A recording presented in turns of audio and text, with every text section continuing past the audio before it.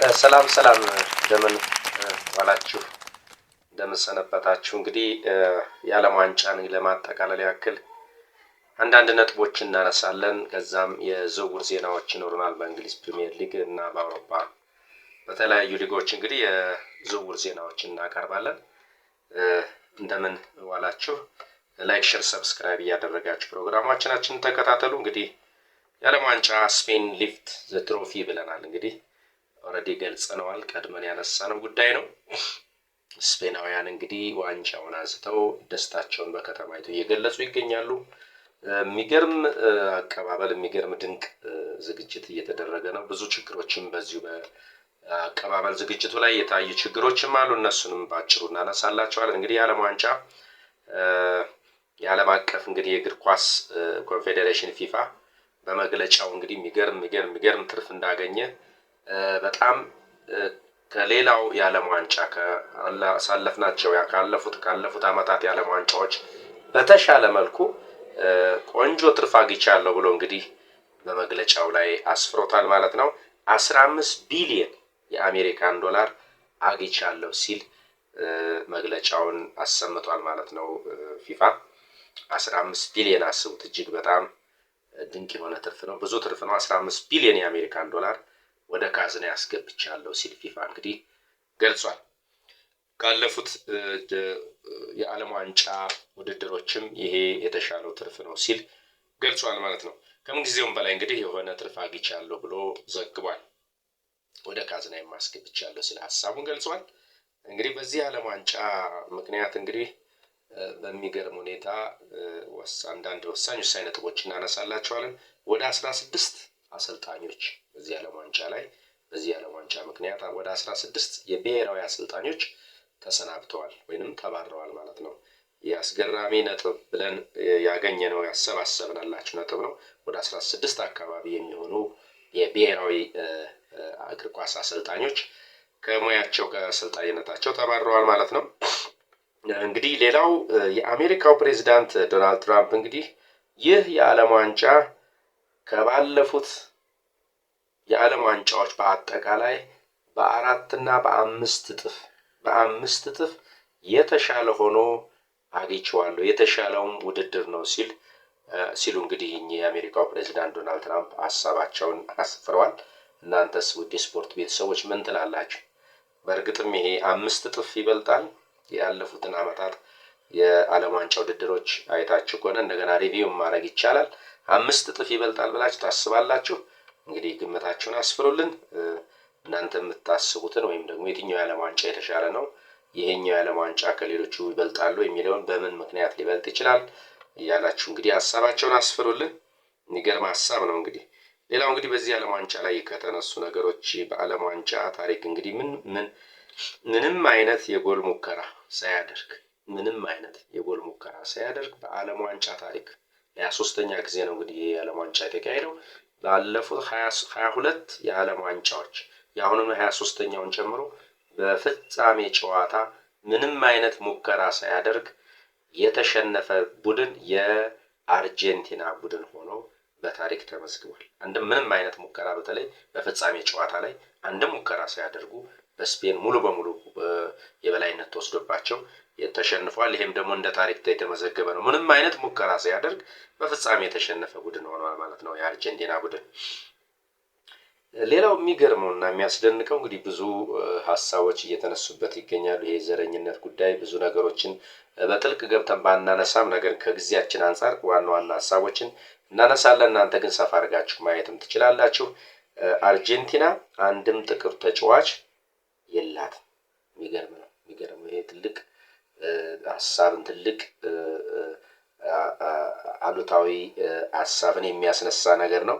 አንድም ጥቁር ተጫዋች የላትም። ሌሎቹ ግን የዓለማችን ሀገራት እነ እንግሊዝን ብትወስዱ እነ ሳካን የመሳሰሉ አሏት። እነ ስፔንም ብትወስዱ በጣም ብዙ ፈረንሳይ ሙሉ በሙሉ ጥቁር ተጫዋቾች ናቸውና አርጀንቲና ግን ይህ ከዘረኝነት ጋር የተያያዘ ነው። ለጥቁሮች ያላቸው ጥላቻ እጅግ የከፋ ከመሆኑ የተነሳ በጦርነት ጥቁሮችን አስጨርሰዋል፣ በበሽታ ጥቁሮችን አስጨርሰዋል።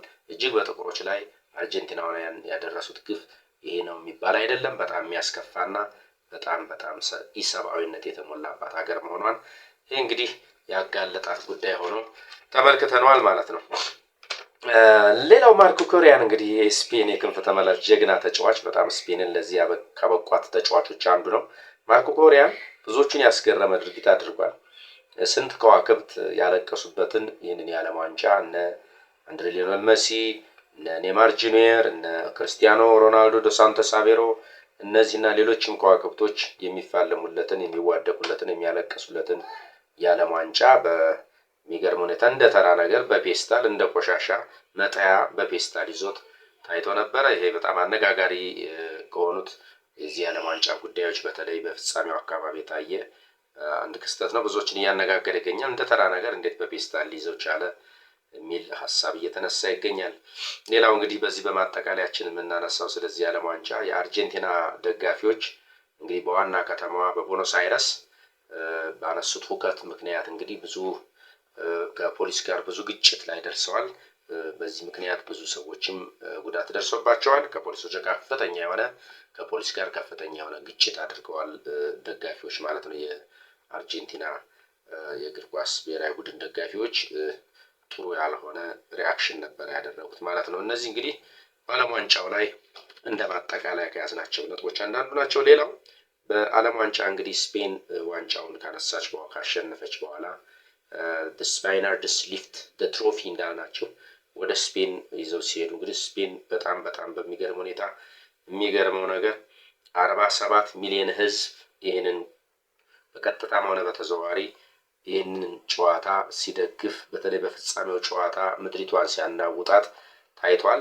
እንግዲህ ኮኮሪያ የእርሶን በዚህ እንግዲህ በአቀባበሉ ላይ በጣም የሚደንቅ አቀባበል ነበር ስፔናውያን እንግዲህ ለብሔራዊ ቡድናቸው ያደረጉት።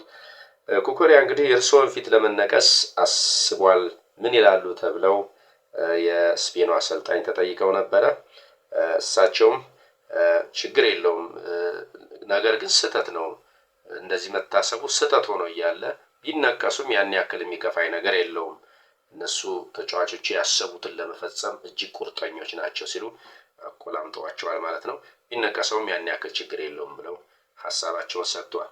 በስፔን አቀባበል ስነ ስርዓት ላይ እንግዲህ አሳዛኝ ክስተቶች ተፈጽመዋል። ውድ አድማጮቻችን በጣም የሚገርም ነው። እንግዲህ በአንድ ወገን ደስታ፣ በሌላ ወገን ደግሞ ሀዘን እየታየ ነው፣ እየተስተናገደ ይገኛል። በዚህ ዓለም ዋንጫ ፍጻሜ ላይ እንግዲህ በስፔናውያን በአቀባበል ፕሮግራማቸው ላይ በጣም እጅግ አሳዛኝ ነገር ተፈጥሯል። 2 ሰዎች እና እንዲሁም ህፃናት ሁሉ ህይወታቸውን አጥተዋል። በዚህ ድጋፍ ሰልፍ ላይ እጅግ ደማቅ እጅግ በጣም ከሚጠበቀው በላይ ነበር የህዝቡ ፍላጎትና የህዝቡ ሞራል። ብዙ ህዝብ በሀገሪቷ ላይ እንግዲህ በአደባባይ በከተማይቱ በመውጣት በየከተማው በሪያል ማድሪድ በማድሪድ ከተሞች፣ በባርሴሎና፣ በሲቪያ ከተሞች፣ በተለያዩ የስፔን ከተሞች እንግዲህ በጣም እጅግ ለግምት አዳጋች የሆነ ህዝብ ይህንን አቀባበል ሲያደርግ ነበረ። በዚህም ግርግር ምክንያት እጅግ ብዙዎች ወደ 80 በላይ የሚሆኑ ለድጋፍ የወጡ ሰዎች ላይ ጉዳት ደርሷል። ወደ 2 አካባቢም ሆኖ ህይወታቸውን በዚሁ የድጋፍ ሰልፍ ላይ ህይወታቸውን አጥተዋል ማለት ነው። የሚገርም ነው እንግዲህ ይሄ በጣም አሳዛኝ ክስተት ነው። በዚህ የዓለም ዋንጫ ፍጻሜ አካባቢ ፌራን ቶሬዝ ጎል ካስቆጠረ በኋላ የሚገርም የመጭ እንግዲህ 1-0 ነው አርጀንቲናን ያሸነፉት። ከብዙ ትግልና ከብዙ ትንቅንቅ በኋላ ስፔን በጣም አስገራሚ ጨዋታዎችን ሲያስመለክቱ ቆይተው ሙሉ በሙሉ አርጀንቲናን በመቆጣጠር አርጀንቲናን ከጨዋታ ውጭ በማድረግ ነበረ ዋንጫውን ያነሱት። ፌራን ቶሬዝ ነበር የሚባለው ተጫዋች ነበር እንግዲህ የማሸነፊያዋ ጎል ብቸኛ ጎሏን ያስቆጠራት። እሱ ጎሏን ካስቆጠረ በኋላ እንግዲህ የስፔን ህዝብ በሚያደርገው የደስታ መግለጫ ወደ ላይ ወደ ታች በሚያደርጉት በሚዘሉበት ሁኔታ ተመልከቱ። በሚገርም ሁኔታ ነው። በጣም ብዙ ህዝብ እንግዲህ እየዘለለ መሬቷን ሲያናውጣት ነበረ። በዚህም ከፍተኛ የሆነ የመሬት መንቀጥቀጥ በሀገሪቷ ላይ ተከስቷል። እንግዲህ ዜናዎች የሚያመላክቱት ነው። ህዝቡ ካለው ሞራል እና ብዙ ህዝብ ይህንን ጎል ካየ በኋላ በጣም ትልቅ አስጨራሽ ጨዋታ ነበረ። ብዙ ሙከራዎችን አድርገው ስፔኖች አልተሳካላቸው ነበር። በስተመጨረሻ ግን ፌራን ቶሬዝ እንግዲህ አስደናቂ ጎል አስገብቶ በሀገሪቷ ላይ ትልቅ ነውጥ ተፈጥሮ ነበረ።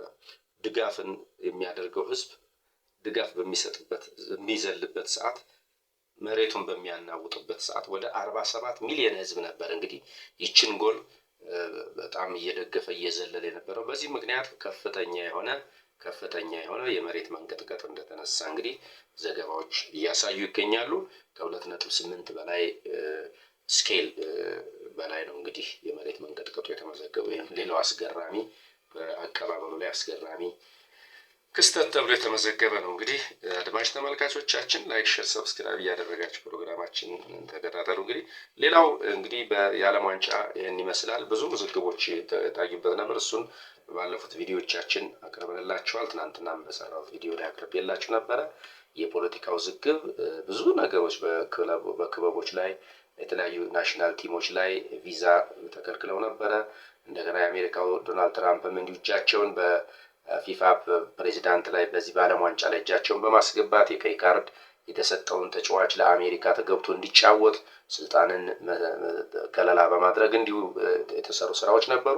ብዙ ነገሮችን አይተንበታል በዚህ የዓለም ዋንጫ። እሱን አቅርበናላችሁ ነበረ። እንግዲህ በአጠቃላይ ወጣም ወረደ የዓለም ዋንጫ 2026 የዓለም ዋንጫ ይህን ይመስል ነበር። አሁን ግን መቀጠል የዝውውር ዜናዎች እናቀርብላችኋለን። እንደነገርኳችሁ ሙሉ በሙሉ ከዚህ በኋላ ትኩረታችን ወደ ተለያዩ የአውሮፓ ክለቦች ይሆናል። እንዲሁም በዓለማችን ላይ በሀገራችንም ውስጥ ያሉ ክለቦችን፣ የሊጎች ጨዋታዎችን፣ የተለያዩ የስፖርት ዘገባዎችን ከዚህ በኋላ ከዓለም ዋንጫው ወጣ ብለን ወደ እነሱ ትኩረት እናደርጋለን። እስኪ የዝውውር ዜናዎችን ደግሞ አሁን እናቀርብላችኋለን። የሚገርም ነው። አንድ አስገራሚ ከአሁን በፊትም ዘግቤዋለሁ። አንድ አስገራሚ የዝውውር ውዝግብ የተሞላበት ዝውውር ፍጻሜውን አግኝቷል። ሞርጋን ሮጀርስ እንግዲህ ተጫዋች በጣም በሚገርም ሁኔታ ውዝግብ የተፈጠረበት ዝውውር ነበር። አርሰናል በጥብቅ ሲፈልገው የነበረ ድንቅ ተጫዋች ነበር። የጨዋታ አርሰናል እንግዲህ አስፈርሞታል፣ ጨርሷል ተብሎ በሚታሰብበት ሰዓት ተጫዋቹም አርሰናል መቀላቀል ነበር የሚፈልገው። ነገር ግን በድንገት ቼልሲዎች ከአርሰናል አፍ ላይ እንግዲህ ፈልቅቀው ወስደውታል ማለት ነው። ሞርጋን ሮጀርስ በአሁኑ ሰዓት የቼልሲ ንብረት ሆኗል ማለት ነው። ሙሉ በሙሉ የሕክምና ምርመራውን አጠናቆ ወደ ቼልሲ ዝውውሩን ጨርሷል። ይሄ በጣም አነጋጋሪ ነው። ምክንያቱም ኦልሞስት አርሰናል እንደተቀላቀለ ብዙ ታይምስ ሳይቀሩ ብዙ ዘገባዎች፣ ብዙ ምንጮች መረጃን ሲያሰራጩ ሲያዘዋውሩ ነበር። ነገር ግን በስተመጨረሻ ቼልሲን ተቀላቅሏል። በ117 ሚሊዮን ፓውንድ ነው የግላቸው እንግዲህ ያደረጉት ቼልሲዎች። በጣም ሁለተኛው ውዱ ዝውውር ተብሏል በእንግሊዝ ፕሪሚየር ሊግ።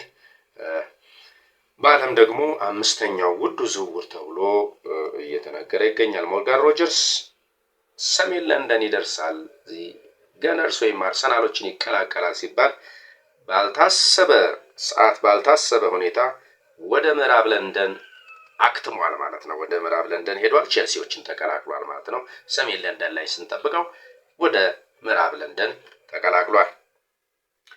እንዴት አርሰናል ሳይገባ ቀረ የሚለው በጣም አነጋጋሪ ሆኗል። እንግዲህ ይሄ የሚገርም ነው። አርሰናሎች እንግዲህ በመዘናጋት የመሰለ እንቁ የሆነ ተጫዋች ለቀውታል ማለት ነው።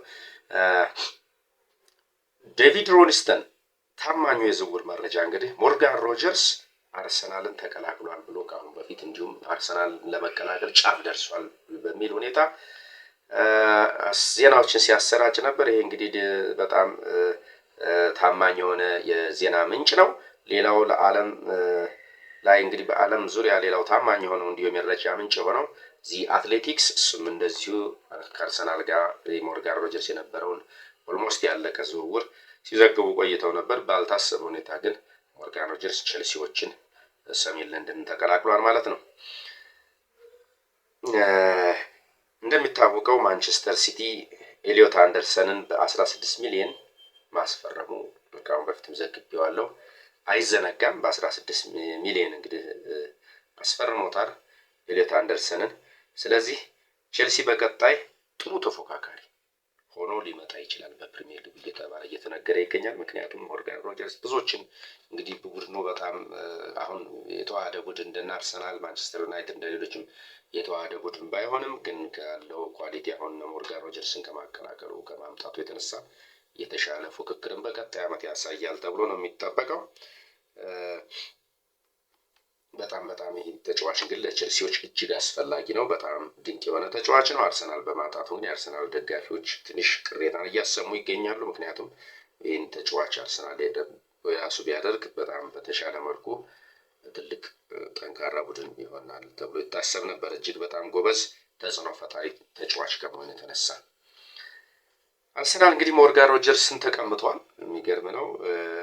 ለሽያጭ ያወጣቸውን ተጫዋቾች አሉ። እነዚህ ለሽያጭ ከወጡ ተጫዋቾች መካከል ገብርኤል ጀሱስ፣ ፋቢኖ ቬራ፣ ሬስ ኔልሰን፣ ኢታን ንዋኔሪ፣ ገብርኤል ማርቲኔሊ እነዚህ ለሽያጭ የቀረቡ የአርሰናል ተጫዋቾች ናቸው። እነዚህን ተጫዋቾች እንግዲህ አርሰናል ለሽያጭ ያቀርባቸዋል። የመሸጥ እድላቸውም እጅግ ሰፊ ነው እየተባለ ይነገራል። ሌላው አርሰናል እንግዲህ በጥብቅ እየፈለገው ያለ አንድ ድንቅ ተጫዋች አለ። ያንዲ ሞንዴ ይባላል። ያንዲ ሞንዴን አርሰናል እንግዲህ እንደ ሞርጋን ሮጀርስ እንግዲህ በሌሎች ክለቦች ካልተቀማ በስተቀረ ይህ ድንቅ ተጫዋች በአርሰናል እይታ ውስጥ በአርሰናል ራዳር ውስጥ ወድቋል። አርሰናል እስከምን ድረስ ይሄዳል የሚለውን እንግዲህ በቀጣይ የምናየው ነው የሚሆነው። አርሰናል ክርስቶስ ዞሊስን ማስፈረሙ ያው ተረጋግጧል። አስፈርሟል። ካሁን በፊት ነው ዘግበናላችኋል። ክርስቶስ ዞሊስን እንግዲህ የራሱ አድርጓል። ፊርማውን አስፍሯል ማለት ነው። ኒኮ ዊሊያምስ ይህን ተጫዋች ለማዘዋወር አርሰናል ንግግር ጀምሯል እየተባለ ነው የሚገኘው። በንግግር ላይ ይገኛል። ብሩኖ ጉማሬሽንም እንዲሁ ለማምጣት ከኒውካስትል ጋር ድርድር ጀምሯል። ወደ 70 ሚሊዮን አርሰናል መድቧል። ኒውካስትል ግን 80 ሚሊዮን እና ከዛ በላይ ካልተከፈልን እያለ አሁን ሁለቱም ቡድን ክለቦች እንግዲህ በድርድር ላይ ይገኛሉ። በቀጣይ እንግዲህ የምናየው ነው የሚሆነው። እንግዲህ ሳሊባ በጉዳት ላይ በዚህ ዓለም ዋንጫ ለፈረንሳይ እንግዲህ በተከላካይነት እያገለገለ ያለው የአርሰናሉ ድንቅ ተከላካይ ሳሊባ ረጅም ጊዜ ጉዳት አስተናግዷል። ይህን በተመለከተ አርሰናል እንግዲህ የሳሊባን ቦታ ለመተካት ከፍ ዝቅ እያሉ ይገኛሉ። በዚህም ምክንያት እንግዲህ ጆን ስቶንስን ለማዘዋወር ጥረት እያደረጉ ይገኛሉ። ምናልባት በዚህ ሳሊባ ቦታ ላይ ጆን ስቶንስን ለማዘዋወር እየሞከሩ ይገኛሉ ማለት ነው። በሂደት የምናየው ጉዳይ ነው። ወደ ማንቸስተር ዩናይትድ ስንመለከት እንግዲህ አርሰናልን በዚህ መልኩ ካየን ሌሎች አዲስ ነገሮች ሲኖሩ የምናቀርብላችሁ ይሆናል። ማንቸስተር ዩናይትድን በተመለከተ ማኑ ኮኒን እንግዲህ ከሮማ ለማዘዋወር በጥረት ላይ ይገኛል። ማንቸስተር ዩናይትድ ይህ የመሃል ሚድፊልደር ነው፣ የመሃል ተመላላሽ ተጫዋች ነው። ይህን ተጫዋች እንግዲህ ሌሎችም አርሰናልም ይህን ተጫዋች ይፈልገዋል። ይህ የመሃል ተመላላሽ ተጫዋች 25 ዓመቱ ነው። እንግዲህ ሁለቱም እየተፎካከሩ አርሰናልም ማንቸስተር ዩናይትድም የግላቸው ለማድረግ እየተፎካከሩ ይገኛሉ ማለት ነው። ማንቸ በዚህ የዝውውር ወቅት እንግዲህ ወደ 4 አካባቢ ዝውውሮችን ፈጽሟል። በአንደኝነት እንግዲህ አንዲ ሳንቶስን ከቼልሲ ያመጣበት ሂደት ይታወሳል። ባካሮል ዶራሎር የሚባለውን ተጫዋች በነፃ ዝውውር እንግዲህ ወደ የግሉ አድርጎታል። ዮኒ ቴሌማንስንም አስፈርሟል ማለት ነው ማንቸስተር ዩናይትድ። የድንቅ ተጫዋችም ከአሁን በፊትም ዘግበነዋል፣ የማንቸስተር ዩናይትድ ንብረት ሆኗል። ታይነን ቶምሰንን ከቶትንሃም ይህ የ18 ዓመት ተጫዋች ነው። በጣም እንግዲህ ታለንትድ የሆነ ተጫዋች ነው። የሚገርም ታዳጊ ነው። እንግዲህ ይህን ተጫዋች እንግዲህ ለማስፈረም አሁን ከጫፍ ደርሷል ማለት ነው። ሌላው ከበርንማውዝ እንግዲህ አሌክስ ስኮትን ለማዘዋወር ማንቸስተር ዩናይትድ፣ ማንቸስተር ሲቲ፣ ቼልሲ፣ አርሰናል ሌሎችም እንዲሁ በዚህ ተጫዋች ላይ ፉክክራቸው እያሳዩ ይገኛሉ የራሳቸው ለማድረግ። ይህ የ22 ዓመቱ ተጫዋች ከበርንማውዝ እንግዲህ አሌክስ ስኮት ይባላል። 22 ዓመቱ ነው። ይህን ተጫዋችም ለማዘዋወር እንግዲህ እነዚህ ታላላቅ ቶፕ 5 ቶፕ 6 የሚባሉት የእንግሊዝ ክለቦች ለማስፈረም እንግዲህ ፉክክር ውስጥ ገብተዋል ማለት ነው። ሌላው ማንቸስተር ሲቲን በተመለከተ ሮድሪ እንግዲህ እንደምታውቁት በዚህ ዓለም ዋንጫ ላይ በጣም ድንቅ ብቃቱን ያሳየ ተጫዋች ነው። ምናልባትም ለባላንዶርም አንዳንዶች እያጩት ይገኛሉ። የዚህ ዓመት ባላንዶርን ይወስዳል፣ ምክንያቱም የዓለም ዋንጫ ላይ ድንቅ ብቃቱን አሳይቷል ያሉ ሀሳብ እየሰጡ ይገኛሉ። ሮድሪ እንግዲህ ለስፔን የሚገርም ድንቅ ብቃቱን በማሳየት ስፔን እንግዲህ ዋንጫ እንድታነሳ ትልቅ አስተዋጽኦ ካደረጉ ተጫዋቾች አንዱ ነው። ይህ ተጫዋች ከማንቸስተር ሲቲ እንግዲህ ወደ ማድሪድ ለመሄድ እጅግ ፍላጎቱ ከፍ ያለ ሆኗል። በቃ ማድሪድን መቀላቀል ፈልጋለሁ እያለ ነው የሚገኘው። ፍሎረንቲኖ ፔሬዝ ግን እንግዲህ የሪያል ማድሪድ አሰልጣኝ ፕሬዚዳንት ምንም አይነት ፍላጎት አላሳዩም። ሀሳባቸው እና ፍላጎታቸው ምን እንደሆነ እስካሁን አልታወቀም። ምክንያቱም ተጫዋቹን እንደሚፈልጉም እንደማይፈልጉም ያሉት ነገር ምንም ነገር የለም። ሮድሪ ግን በቀጥታ ወደ ማድሪድ መሄድ እፈልጋለሁ ሲል ውሉንም እስካሁን አልፈረመም። ስለዚህ የተጫዋች በሲቲ የመቆየት እድሉ አነስተኛ ነው ማለት ነው። በዓለም ዋንጫው ላይ እንግዲህ ድንቅ ብቃቱን ሲያሳይ ነበረ የከረመው። እንግዲህ የት መጨረሻው መዳረሻው የት ይሆናል የሚለውን በሂደት የምናየው ነገር ነው። በስተመጨረሻም ፔፕ ጋርዲዮላ እንግዲህ በሲቲ ታሪክ የሰራው በፊትም በስፔን ውስጥ በባርሴሎና ታሪክ የሰራው ብዙ ባለ የስፖርት ባለ ታሪክ የሆነው ድንቁ አሰልጣኝ ፔፕ ጋርዲዮላ ከወደ ጣሊያን ጥያቄ ቀርቦለታል። የጣሊያንን ብሔራዊ ቡድን ያሰለጥን ዘንድ ሀሳብ አቅርበውለታል እና በንግግር ላይ ይገኛል እየተባለ ይወራል። እንግዲህ የዕለቱ የስፖርት ዜናዎቻችን እነዚህን ይመስሉ ነበረ። በቀጣይ እስከምንገናኝ በሌሎች ዘገባዎች እንዲሁ እንገናኛለን።